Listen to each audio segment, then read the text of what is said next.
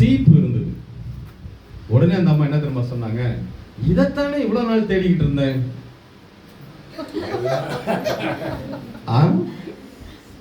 என்ன அர்த்தம் அப்போ? ஆனா பைபிள் எங்க இருக்கு? இப்போ தலக்கு மாட்டிலேயே பைபிள் இருக்கு. ஆனா என்ன பண்ண முடியல, தொட முடியல. ஆனா என்ன பண்றாங்க இப்போ அவங்க? பரிசுத்தவாட்டி. ஆமென், ஹல்லேலூயா, ஹல்லேலூயா. சரி, இதை முடிச்சுட்டு கிளம்பி போறோம். இவ்வளவு தூரம் வந்துட்டோம். பக்கத்து தெருல ஒரு சகோதரர். அப்ப அந்த பிரதரையும் பார்த்துட்டு போயிடலாம். அவர் பைக் வெளில நிற்குது. ஸோ பைக் நிற்கிற அப்போ பிரதர் வீட்டில் இருக்காருன்னு அர்த்தம். உடனே காரை நிறுத்திட்டு வீட்டில் போயிட்டு என்ன பண்ணுறோம், அந்த கேட்டை திறக்கிற அந்த சத்தத்தை கேட்டு, இல்லை நாங்கள் அந்த கேட்டை நாங்கள் திறக்கிறதுக்கு முன்னாலேயே உள்ள வந்து வடிவேலும் கோவை சரளாங்கிற பெண்மணி என்ன பண்றாங்க, உள்ள சண்டை போட்டுட்டு இருக்காங்க. அந்த சண்டை ரோட்ல கேக்குது. நாங்க கதவை திறக்கிறோம், எங்களுக்கு கேக்குது வடிவேலும் கோவை சரளா சண்டைய. உடனே நாங்க என்ன பண்ணோம், உடனே கதவை திறக்க அவன் மக வந்தா, 12 வயசு மக வந்து கதவை திறந்தா. கதவை திறந்ததுமே ஒரு ஒண்ணு பாசிட்டிவும் கூட ஒரு விசுவாசி வந்திருந்தா என்ன சொல்லணும், அது ஸ்தோத்திரம் சொல்லணும். அதான் நம்ம சொல்லி கொடுத்து வளர்த்துருக்கோம். அது என்ன பண்ணுது, கதவை டபால்னு சாத்துது. அப்பா அப்பா அப்பா கொண்ட திறந்து. அப்பா என்ன பண்ணாரு, உடனே அப்படின்னா ஒரு பட்டன் என்ன பண்ணிச்சிருப்போம், 1000 ஸ்தோத்திர பலி வந்துருச்சு. அதன் ஒய்ஃப் வந்து 1000 ஸ்தோத்திர பலி வருது. இப்போ உடனே கதவை திறந்து நாங்க உள்ள போய் உட்காரோம். 1000 ஸ்தோத்திர பலி ஓடுது. எங்க பாஸ்டர் கொஞ்சம் குசும்பான ஆளு.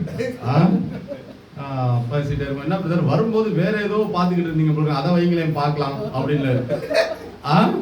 இல்ல வேற ஏதோ பாத்துக்கிட்டு இருந்தீங்க போல இருக்கு. ஏன்னா நாங்க வந்து எங்க வீட்டுல முதல்ல ஒரு டிவி வாங்கணும். அந்த டிவி ஆஃப் பண்ணணும், ஆன் பண்ணணும்னா எழுந்திருச்சு நேரா டிவி முன்னால போய் நிக்கணும்.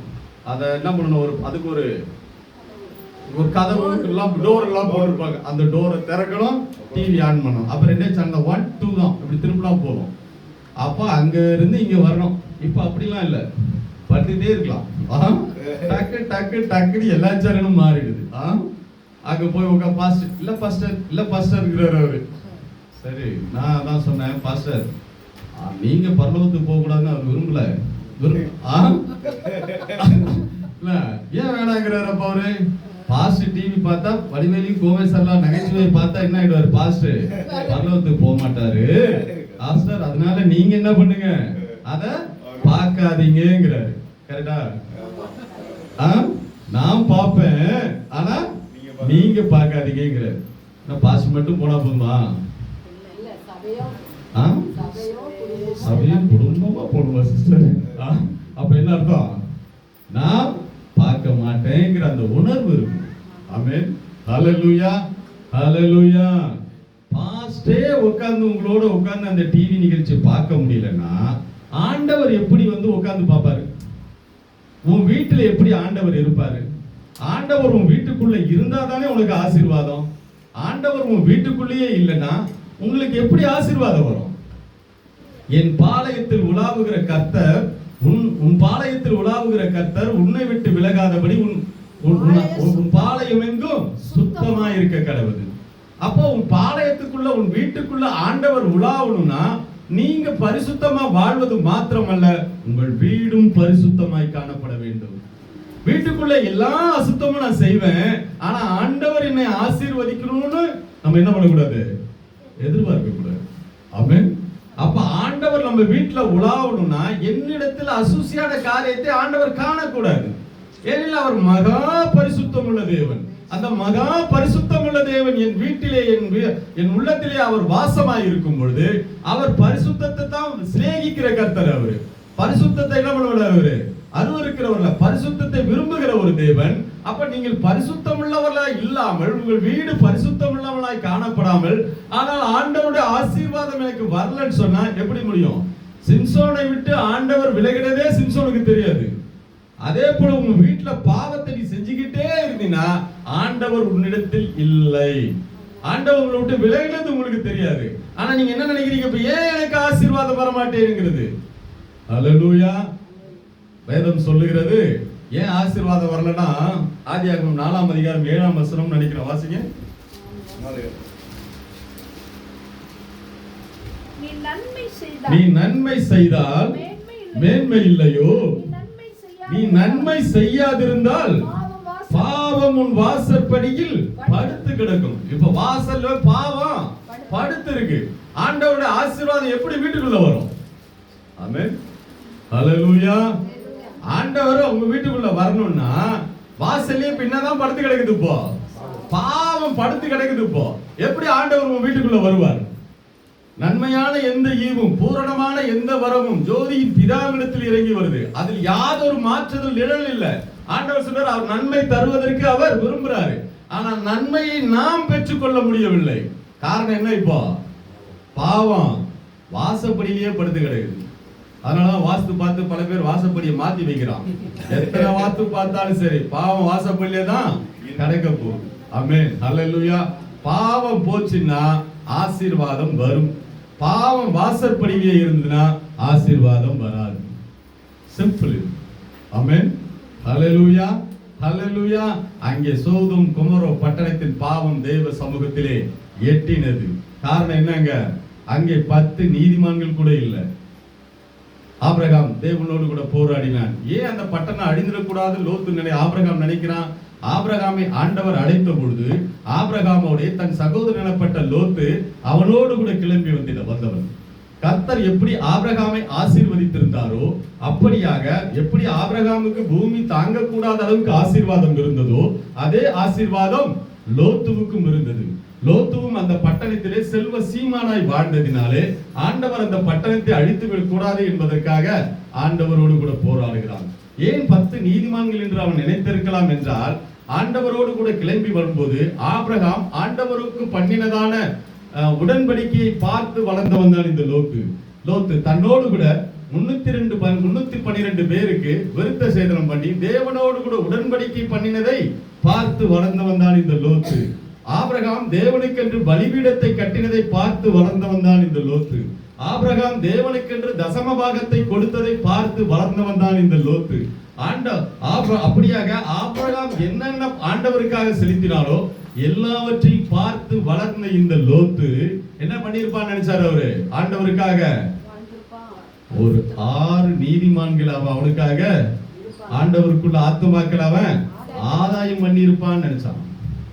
அதனாலதான் என்ன பண்றான் இவன் 10 நீதிமான். ஏன்னா அவனோடு தான் வேலைக்காரங்க 312 பேருக்கு விருத்த சேதனம் பண்ணி தேவனோடு கூட உடன்படிக்கை பண்ணி வைத்தவன், ஆண்டவரோடு கூட உடன்படிக்கை பண்ண பார்த்து வளர்ந்தவன் இந்த லோத்து. அதனால என்ன நினைக்கிறான்? அப்படியாக தன்னுடைய சித்தப்பா இப்படி வளர்ந்தவர்ங்கிறத பார்த்து வளர்ந்த இந்த லோத்து. ஆனால் என்ன பண்ண முடியல அவனால? 6 நீதிமான்கள் அவன் ஆண்டவருக்காக ஆதாயம். ஆனா அவன் எப்படிப்பட்டவனா இருந்தான்? செல்வ சீமானா இருந்தான். இந்த உலகத்திலே ஒருத்தர் ரொம்ப ஞானவான்னு யார சொல்றோம்? உலகத்துல கேட்டேன். இந்த உலகத்துல ஒரு சாதாரண ஒருத்தர் ஞானவான்னு யார சொல்லுவோம்? பணம் வச்சிருக்கவன ஞானவான்னு சொல்லுவோம். ஆனா பைபிள் யார சொல்லுது? ஆத்துமாக்களை ஆதாயம் பண்ணுகிறவன் ஞானவான். ஆமென், ஹல்லேலூயா, ஹல்லேலூயா, ஹல்லேலூயா. ஆத்துமாக்களை ஆதாயம் பண்ணுகிறவன் தான் ஞானவான். ஆனால் லோத்து ஞானவான் என்ன? யாருக்கு ஞானவான்? உலகத்தின் பார்வையிலே அவன் இந்த பட்டணத்தில் அவன் பெரிய ஐஸ்வர்ய சம்பன்னராய் வாழ்ந்தான். ஆனால் அவன் ஆண்டவருக்காக ஒரு 6 ஆத்துமாக்களை ஆதாயம் செய்யவில்லை. சபையின் விசுவாசிகளாக நமக்கும் அதான் கட்டளை. நம்ம என்ன செய்யணும்? ஆத்தும ஆதாயம் செய். நீங்கள் ஞானவானாய் காணப்பட வேண்டும். இந்த உலகத்திலே பெரிய பட்டணத்திலே பெரிய ஐஸ்வர்யவான்களாய் காண வேண்டியதல்ல. தேவனுடைய பார்வையில் யார் ஞானவான்? ஆத்துமாக்களை ஆதாயம் பண்ணுகிறவன் தான் ஞானவான். ஹல்லேலூயா, ஹல்லேலூயா. சபைக்கு நான் வந்தேன், 5 வருஷம் ஆச்சு, 6 வருஷம் ஆச்சு. நான் வந்தேன், நான் மட்டுமே வந்துகிட்டு இருக்கேன்னா அதனால யாருக்கும் எந்த பிரயோஜனமும் இல்லை. பிறந்த குழந்தை பிறந்த மாதிரியே இருக்கும். பார்த்திருக்கீங்களா? 10 வருஷம் ஆயும் 15 வருஷம் ஆயும் படுத்த படுக்கையா இருக்கும். பார்த்திருக்கீங்களா? பார்த்ததே இல்லையா? கேள்விப்பட்டதா இருக்கீங்களா? தலை மட்டும்தான் அந்த குழந்தைக்கு சாப்பாடு மட்டும் தான் கொடுக்க முடியும். மற்றபடி உடல் எல்லாம் அப்படியே படுத்த மாதிரியே தான் கிடக்கும். அது 20 வருஷம் ஆனாலும் 25 வருஷம் ஆனாலும். குழந்தை பிறந்தப்போ அதற்கான பணிவிடைகளை செய்வதற்கு எந்த தாயும் அருவருக்க போவதில்லை. ஆனால் 20 வருஷமும் 25 வருஷமும் அந்த குழந்தைக்கு பணிவிடை செய்யணும்னா யாருக்கு என்ன பண்ண முடியாது? மனசு தாங்காது. அதே போலதான் தேவனுடைய சபைக்கு நீங்கள் வந்தீர்கள் என்று சொன்னால் கர்த்தர் உங்களை அபரிதமாய் ஆசீர்வதிப்பார். அதில் எந்த மாற்று கருத்துக்கும் இடமே இல்லை. ஆனால் கர்த்தர் உங்களுக்கு தர ஆசீர்வாதத்தை நீங்க உங்களுக்காகவே வச்சுக்கூடாது. அனித்தியமான பொருட்களினால் நீங்கள் ஆத்துமாக்களை சம்பாதிங்க. அப்ப கர்த்தர் உங்களை எதற்கு ஆசீர்வதிக்கிறார் என்று சொன்னால் நீங்கள் மற்றவர்களுக்கு ஆசீர்வாதமாக இருக்கும்படி. அப்போ கர்த்தர் உங்களுக்கு தந்த ஆசீர்வாதத்தை, கையின் பிரயாசத்தை ஆத்துமாக்களுக்காக நீங்கள் செலவு பண்ணணும். எல்லாம் எனக்கு எனக்கு எனக்கு கர்த்தர் முதல்ல நீங்க எம்டியா வரும்போது எப்படி கொடுப்பாரு ஆண்டவர்? வெறும் டம்ளரா இருக்குன்னு வச்சுக்கோங்க. கர்த்தர் என்ன பண்ணுவாரு? டம்ளரை நிறைப்பாரு. டம்ளரை கொண்டு போய் என்ன பண்றீங்க? வீட்டுக்குள்ள கொண்டு போய் வச்சுட்டு வந்து அடுத்து என்ன எடுத்துட்டு வரீங்க? சொம்பு எடுத்துன்னு வருவோம். சொம்பையும் ஆண்டவர் என்ன பண்ணுவாரு? ஃபில் பண்றாரு. அதையும் கொண்டு போய் வீட்டுக்குள்ள வச்சுட்டு அடுத்தது பெருசா என்ன எடுத்துட்டு வரும்? அண்டா, குண்டா எல்லாமே ஃபுல் ஆகுது. எல்லாம் யாருக்கு தான்? கொண்டு போய் வீட்டுக்குள்ளேயே வச்சுக்கிறோம். தனக்காகவே பொக்கிஷத்தை சேர்த்துக் கொள்ளுகிறோம். எப்படிப்பட்டவன் சொல்லு வேதம் சொல்லுகிறது? முட்டாள் அப்படின்னு சொல்லுது. தனக்காகவே பொக்கிஷத்தை சேர்த்துக் கொள்ளுகிறவன். அப்ப ஆண்டவருக்காக நாம் கர்த்தர் உங்கள் கையின் பிரயாசத்தை ஆசீர்வதிக்கும் பொழுது உங்கள் கையின் பிரயாசத்தினால் மற்றவர்களுக்கு பிரயோஜனமாய் காணப்பட வேண்டும். நற்கிரியைகள் செய்ய வேண்டும். உங்கள் நற்கிரியைகளின் நிமித்தமாக அநேகர் ஆண்டவரை ஏற்றுக்கொள்ள வேண்டும். அதற்காகத்தான் கர்த்தர் உங்களை ஆசீர்வதிக்கிறார். நீங்க சைக்கிள்ல வந்தீங்க, அடுத்தது பைக்ல வாங்க. பைக்ல வந்தீங்க, அடுத்தது கார்ல வாங்க. கர்த்தர் ஆசீர்வதிப்பார். அதுல எந்த மாற்று கருத்துக்கு இடமே இல்லை. அல்லேலூயா. நான் சபைக்கு 5 வருஷத்துக்கு முன்னால் நான் மட்டும் வந்தேன். 10 வருஷம் ஆச்சு, 8 வருஷம் ஆச்சு. நான் மட்டுமே சபைக்கு வந்து இருக்கு. சபைக்கு நானும் ஒரு பில்லர்னு சொல்றதுனால என்ன பிரயோஜனம் இல்லை யாருக்கும். ஹல்லேலூயா, ஹல்லேலூயா. அப்படின்னா ஆண்டவர் அவனவனுடைய திறமைக்கு தக்கதாக அவனுக்கு தாளந்துகள் கொடுத்திருக்காரு. நான் போய் சுவிசேஷம் சொல்ல முடியாது அப்படின்னு நீங்க ஒருவேளை நினைக்கலாம். எனக்கு சுவிசேஷம் சொல்ல தெரியாது அப்படின்னு நீங்க ஒருவேளை நினைக்கலாம். ஆமென், ஹல்லேலூயா. ஆனால் வேதம் என்ன ஆண்டவர் என்ன சொன்னார்? அவனவனுடைய திறமைக்கு தக்கதாக ஒருவனுக்கு 5 தாளந்தும், ஒருவனுக்கு 2 தாளந்தும், ஒருவனுக்கு 1 தாளந்துமாக கொடுத்திருக்கிறார். அப்ப 5 தாளந்தை பெற்ற ஒரு மனிதனிடத்திலே ஆண்டவர் 10 தாளந்துகளுக்கான கணக்கு கேட்பவர் அல்ல. இல்ல 2 தாளந்தை பெற்றவரிடத்திலே ஆண்டவர் 5 தாளந்துகளுக்கான கணக்கை கேட்பவரா? இல்லை. அப்போ 1 தாளந்து தான் உங்களுக்கு இருக்குன்னா அந்த 1 தாளந்துக்கான கணக்கு நீங்க கொடுத்துதான் ஆகணும் ஆண்டவருக்கு. ஆமென். அப்ப அவனவனுடைய திறமைக்கு தக்கதாக ஒருத்தர் நல்ல பாட்டு பண்ணலாம், ஒருத்தர் நல்ல பிரசங்கம் பண்ணலாம், ஒருத்தர் நல்ல சுவிசேஷம் சொல்லலாம், இல்ல சில பேர் டிராக்ஸ் கொடுக்கலாம். இப்படி ஏதாவது ஆண்டவருக்கு என்று நாம் செய்யணும். ஹல்லேலூயா. நீங்க செய்யுங்க அப்படின்னு என்ன பார்த்து சொல்லாதீங்க. நான் செய்யறேன் அப்படின்னு சொல்லுங்க. ஆமென், ஹல்லேலூயா. அப்ப நான் வெறுமையா நான் சபைக்கு வந்தேன், இத்தனை வருஷமா இந்த சபையிலோட பில்லரா இருக்கேன்னு சொல்றதுனால அது ஆண்டவருக்கும் பிரயோஜனம் இல்லை. உங்களை பெற்றெடுத்த ஆவிக்குரிய தகப்பனுக்கும் அதனால என்ன பண்ண முடியாது? ஒரு ஆசீர்வாதம் இல்லை. ஆமென், ஹல்லேலூயா. அப்படி என்றால் நாம் ஆத்தும ஆதாயம் செய்ய வேண்டும். அநேகரை ஆண்டவர் அதான் சொல்றாரு. ஆத்தும ஆதாயம் செய்யறவன் யார் சொல்றது? ஞானவான். அவன் தான் ஞானவான். நீங்க இந்த உலகத்துல பெரிய ஐஸ்வர்யவனாய் வாழ்வதை குறித்து ஆண்டவர் சொல்லவில்லை. நீங்கள் ஆத்தும ஆதாயம் செய்ய வேண்டும். ஆமென், ஹல்லேலூயா. நான் மட்டும் சபைக்கு வரல, நம்மோடு கூட என்ன பண்ணணும்? ஒருத்தரை சபைக்கு அழைத்து கொண்டு வர வேண்டும். இந்த மல்டி லெவல் மார்க்கெட்டிங் கேள்விப்பட்டிருக்கீங்களா? MLM, MLM network. அது எப்படி கேட்டா நான் அதை எக்ஸ்பிளைன் பண்ணட்டுமா?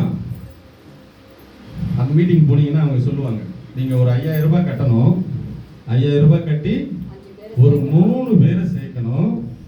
அந்த 3 பேரும் அந்த 3 பேர் சேர்க்கும் போது என்ன பண்ணுவாங்க? உங்களுடைய முதல் 5000 உங்க அக்கௌண்ட்டுக்கு வந்துடும். ஒருத்தரும் 1500 1500 1500 நீங்க சேர்க்கிற அந்த 3 பேரும் உங்க அக்கௌண்ட்ல வந்து என்ன பண்ணிடும்? 5000 வந்துருன்னுடுவாங்க. அந்த 3 பேர் என்ன பண்ணுவாங்க? 3 பேரை சேர்ப்பாங்க. அப்ப எத்தனை பேர் ஆயிடுச்சு?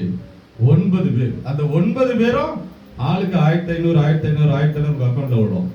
9 27 27 3 81 81 3 244 இப்படி ஒவ்வொருத்தரும் 1500 1500 உங்க அக்கௌண்ட்ல விழணும் போது உங்க மனசு எப்படி தோணும்? இப்போ பேங்க் அக்கௌண்ட்ல லட்ச லட்சமா நம்ம அக்கௌண்ட்ல விழ போகுது. ஆனா நம்ம செய்ய வேண்டியது என்னதான்? ஒரே ஒரு 5000. ஆனா அதுக்கு என்ன பண்ணணும்? இப்போ 3 பேரை சேர்க்கணும். எவன் சொன்னா நம்ம கேட்பான்? நம்ம சொன்னது கேட்கறவனா தான் முதல்ல அவங்ககிட்ட 5000 பணம் இருக்கவனா பார்க்கணும். முதல்ல என்ன பண்ணணும்? 5000 பணம் இருக்கவனா இருக்கணும். ரெண்டாவது நம்ம சொல்றதை கேட்கிறவனா இருக்கும். நம்ம மனசு அதை தான் சொல்லும். ஆனா இன்னைக்கு என்ன நினைக்கிறோம், நம்ம பணம்னதுமே மனசு இப்படி எல்லாம் ஓடுது. ஆனா ஆண்டவருக்கு ஆளை சேர்க்கணும், பரலோக ராஜ்ய நித்திய வீட்டில் உங்களை ஏற்றுக்கொள்வார் உண்டோ, அங்க போனா என்னை ஏத்துக்கிறதுக்கு என்ன இன்வைட் பண்ணதுக்கு ஆள் வேணும்னு என்ன பண்றது இல்லை. நம்ம ஆத்துமாக்களை நம்மோடு கூட இருக்கிறவங்க ஆண்டவருக்குள்ள வழி நடத்த மாட்டேங்கிறோம். ஆமென், ஹல்லேலூயா, ஹல்லேலூயா. ஒரே ஒரு சம்பவத்தை மாத்திரம் சொல்லிவிட்டு கடந்து செல்ல வாஞ்சிக்கிறேன். அமெரிக்க தேசத்திலே D.L. மூடி என்கிறதான உலக பிரசித்தி பெற்ற ஒரு ஊழியக்காரர் இருந்தார். அந்த நாட்கள்ல 10 நாள் கன்வென்ஷன் நடக்கணும் அமெரிக்க தேசத்துல.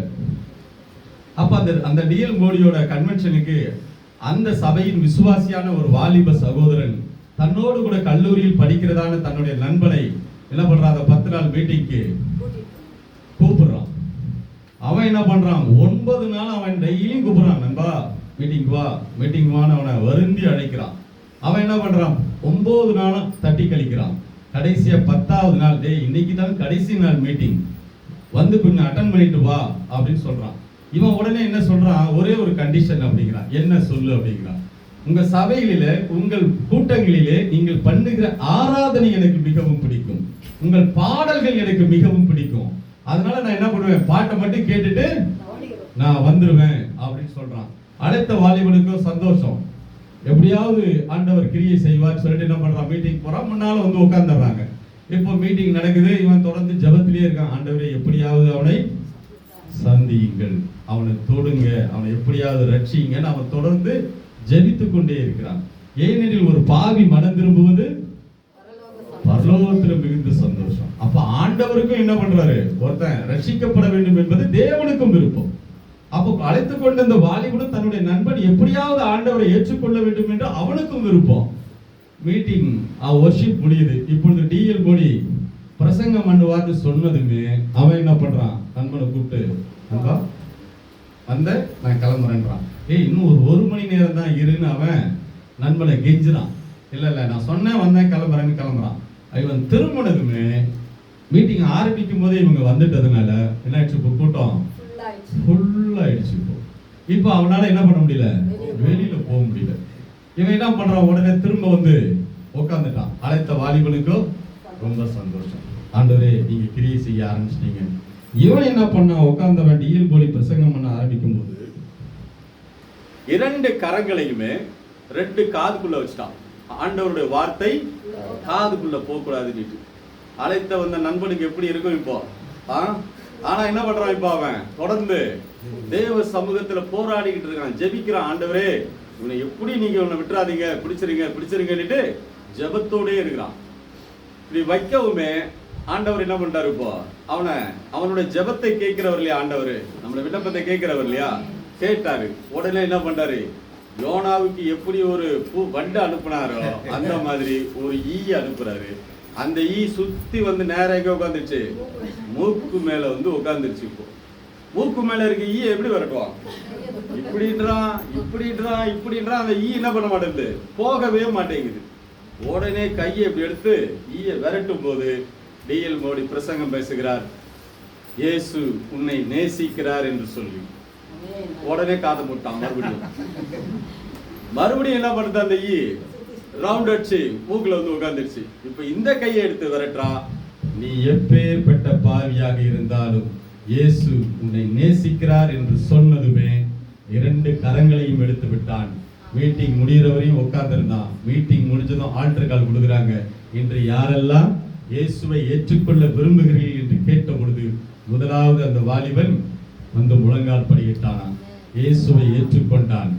வாலிபன் பெரியவனானான், பிசினஸ் மேன் ஆனான், நிறைய சம்பாதிச்சான், பைபிள் காலேஜஸ் வச்சான். பைபிள் காலேஜ் வச்சு பல ஆயிரம் பாஸ்டர்களை உருவாக்கி பல ஆயிரம் பேரை எதற்குள் நடத்திட்டான், போ ஆண்டவருக்குள் நடத்தி விட்டான். காரணம் யாரு, D.L. மூடியா? அழைத்து கொண்டு வந்த, ரொம்ப கஷ்டம், அழைத்து கொண்டு வந்த அந்த வாலிபன். ஆமென், ஹல்லேலூயா. அந்த கூட்டத்துக்கு அழைத்து கொண்டு வந்த அந்த வாலிபன் நிமித்தமாக என்ன ஆச்சு, இப்போ அநேகர் ஆண்டவருக்குள்ள அவன் வழி நடத்தி விட்டான். நம்ம ஒன்றும் பெருசாலாம் செய்ய வேண்டிய அவசியம் இல்லை.